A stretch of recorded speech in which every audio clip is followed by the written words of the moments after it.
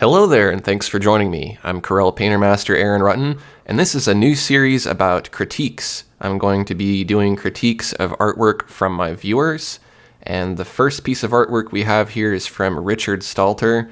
He has successfully completed my landscape painting fundamentals course for Corel Painter, and this is the fourth assignment in that series, a painting of an ocean.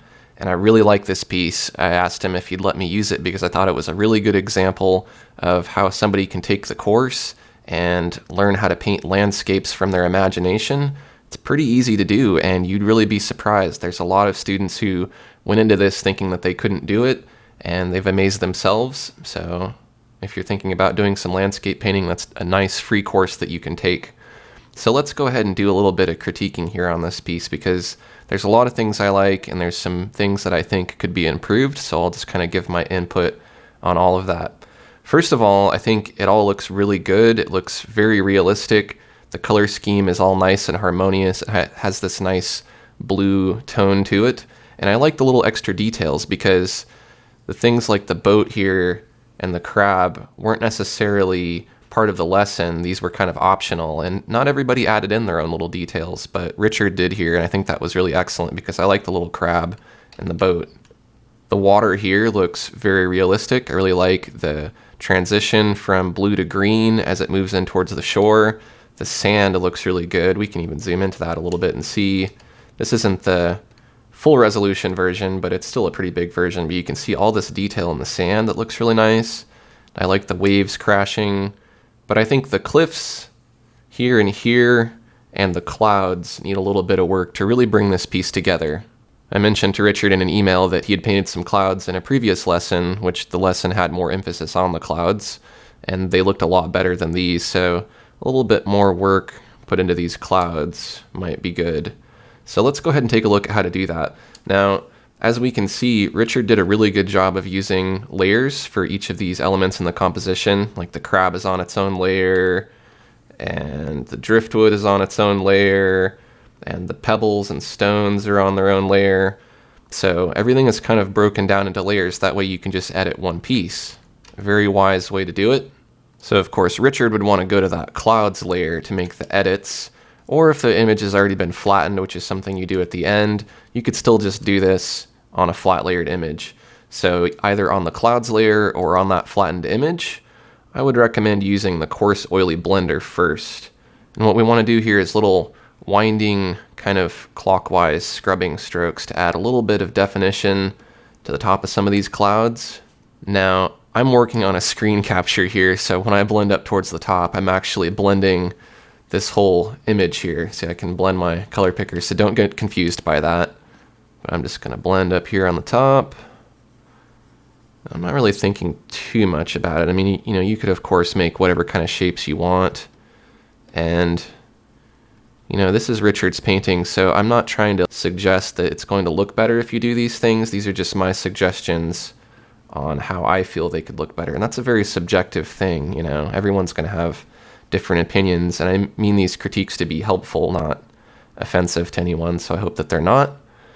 So I think that looks pretty good. And then we could maybe even add a little bit more brightness so they pop out using the jitter airbrush.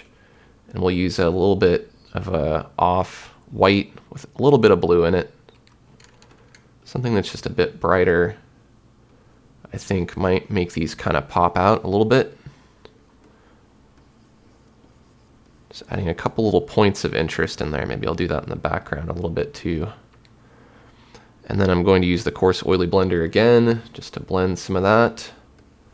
Now, depending on what kind of paper texture you have and which scale and contrast settings you choose, you're going to get some different results. So you may need to play around with that if you want to get a similar setting for your clouds at home.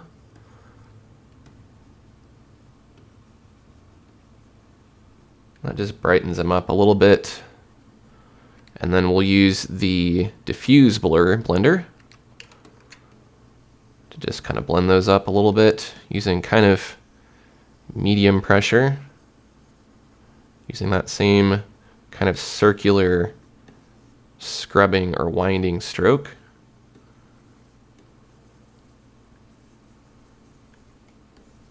But again, you could have left the clouds how they were, and this still would have been an excellent painting. And some of you at home might not like any of the changes that I make to this, so again, they're just kind of some ideas to kind of help you. I'll blend the bottom of that. So now they kind of pop out a little bit more. And you could spend a little bit more time than I have on these clouds and get them looking a little bit better. I think these ones in the background are kind of not very distinct, so maybe we'll go ahead and blend over those, because they just kind of look like little pieces of clouds. And maybe we'll blend that with a diffuse blur, just to kind of blend that in. Now I feel like the clouds are improved a little bit. Now it's the same thing with the cliffs here. The cliffs look pretty darn good, but they could look a little bit better if we just tweaked them a bit. So you would want to go to that cliffs layer, and then you could select the coarse oily blender brush. And this time we want to change our paper texture. Let's go to the organismal paper texture that's called Polypay Wool. Let's increase the size and scale of that. And let's make sure that it's inverted.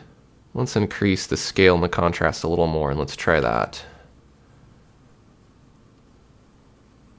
Now what I'm doing is I'm just kind of pulling down on some of these to break up that texture that was there, because to me I could kind of see a slightly repeating pattern. Now it's kind of broken up a little bit more. I'm pulling in the direction that the cliff is flowing, so I'm kind of starting vertically and kind of curving down to almost horizontal when I get down here. I'm going to go over to the other cliff. Do that a little bit here, just because I see some of those patterns that were made when Richard used the square chalk brush along with the same paper texture here. So I think that helps quite a bit. The goal is to kind of break that texture up and not have it look so repetitive, because to me then it kind of looks like a digital brush was used. If you do it this way, it looks nice and organic and everything is mixed up, and it looks more like you used a traditional palette knife. Now we could go down here on the driftwood and take a look at this crab, because one last thing I see for the crab, if the crab just got out of the water, it might have a little highlight on it, because crabs can be kind of shiny. So I would take that same kind of light blue color and the airbrush, and we want to look at where our light source is. So if our shadow is going this way on our log, it means our light's coming from over here. Just put a little tiny bit of highlight on this crab, and he's getting some sunlight here, and he's looking all shiny. And that just kind of helps it look a little bit more three-dimensional. That may be too much highlight, so if you wanted to, you could use the eraser, shave off a little bit of that there. Now that crab kind of catches your eye more because it has that little highlight on it.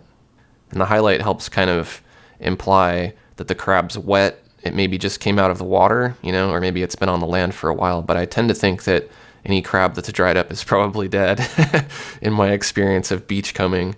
But I think that helps a little bit. So again, these are just suggestions, and I hope that they're helpful to anybody who's watching this.